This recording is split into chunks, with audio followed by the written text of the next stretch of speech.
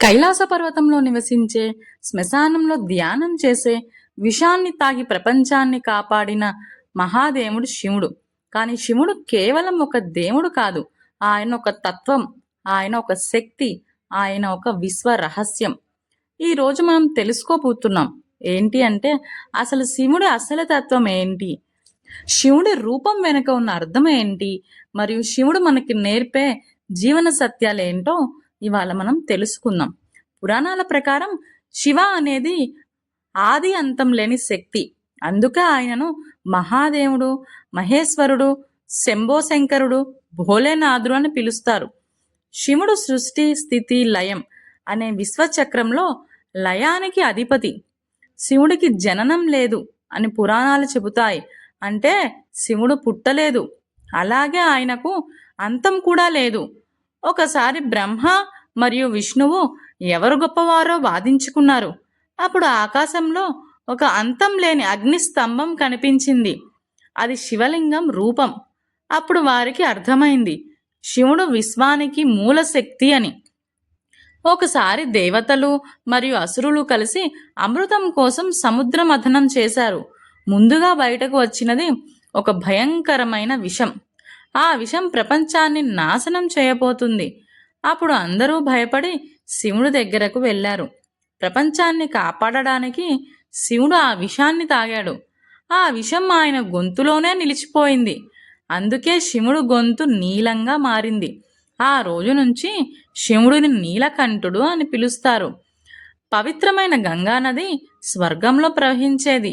భూమికి రావాలని రాజు భగీరథుడు తపస్సు చేశాడు. గంగ భూమికి రావడానికి సిద్ధమైంది. కానీ ఆమె ప్రవాహం చాలా శక్తివంతంగా ఉంది. భూమి నాశనం కాకుండా ఉండడానికి శివుడు ఆమెను తన జటల్లో పట్టుకున్నాడు. ఆ తర్వాత నెమ్మదిగా భూమికి ప్రవహించనించాడు. ఒకరోజు పార్వతి తన శరీరంలోని పసుపుతో ఒక బాలుడిని సృష్టించింది. ఆ బాలుడే గణేశుడు. పార్వతి స్నానం చేస్తున్నప్పుడు ఎవరిని లోపలికి అనుమతించవద్దని అతనికి చెప్పింది. అప్పుడే అక్కడికి శివుడు వచ్చాడు. గణేశుడు ఆయనను ఆపాడు. దాంతో కోపంతో శివుడు అతని తలను తెగదెంపేశాడు. పార్వతి బాధ చూసి శివుడు వెంటనే ఒక ఏనుగు తలను తెచ్చి గణేశుడికి అమర్చాడు. అలా గణేశుడు గణపతి అయ్యాడు. ఒకసారి దేవతలు శివుడు ధ్యానాన్ని భంగం చేయాలని అనుకున్నారు. అందుకోసం కామదేవుని పంపించారు. కామదేవుడు శివుడిపై ప్రేమబాణం వదిలాడు. అప్పుడు కోపంతో శివుడు తన మూడవ కన్ను తెరిచాడు. ఆ అగ్నితో కామదేవుడు భస్మమయ్యాడు. ఈ కథలు మనకు ఒక గొప్ప విషయం చెబుతాయి.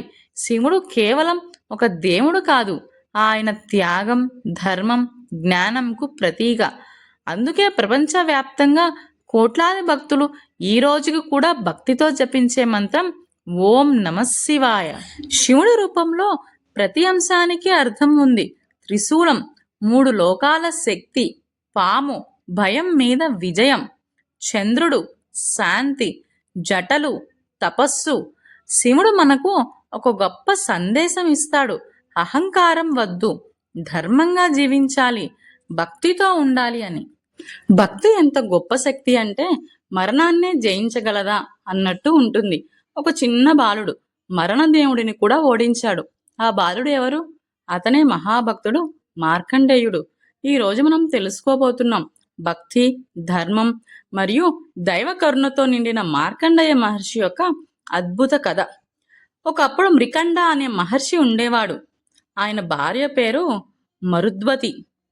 వాళ్ళు చాలా సంవత్సరాలు సంతానం కోసం ప్రార్థించారు. చివరికి వారు శివుడిని ప్రార్థిస్తూ తపస్సు ప్రారంభించారు. వారి భక్తి చూసి శివుడు ప్రత్యక్షమయ్యాడు. శివుడు వారిని అడిగాడు, మీకు ఎలా ఉండే సంతానం కావాలి? 2 ఎంపికలు ఇచ్చాడు. చాలా తెలివైన కుమారుడు, కానీ ఆయుష్ 16 సంవత్సరాలు మాత్రమే.